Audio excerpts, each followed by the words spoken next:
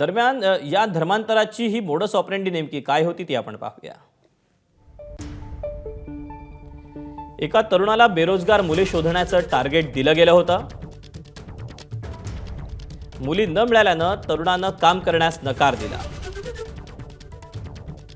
हिंदू मुली नाही का मिळत असं म्हणत तरुणाला धर्म बदलण्यास सांगितलं। रोजगाराच्या नावाखाली महिलांना जाळ्यात ओढलं। बेरोजगार मुलींची माहिती गोळा करून त्यांना टार्गेट करण्यात आलं।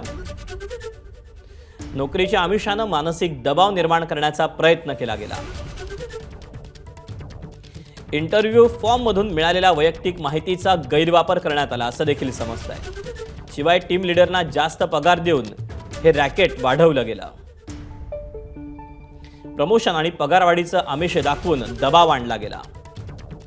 सुटी ओव्हरटाईमच्या माध्यमातून या सगळ्यांची मानसिकता बदलली।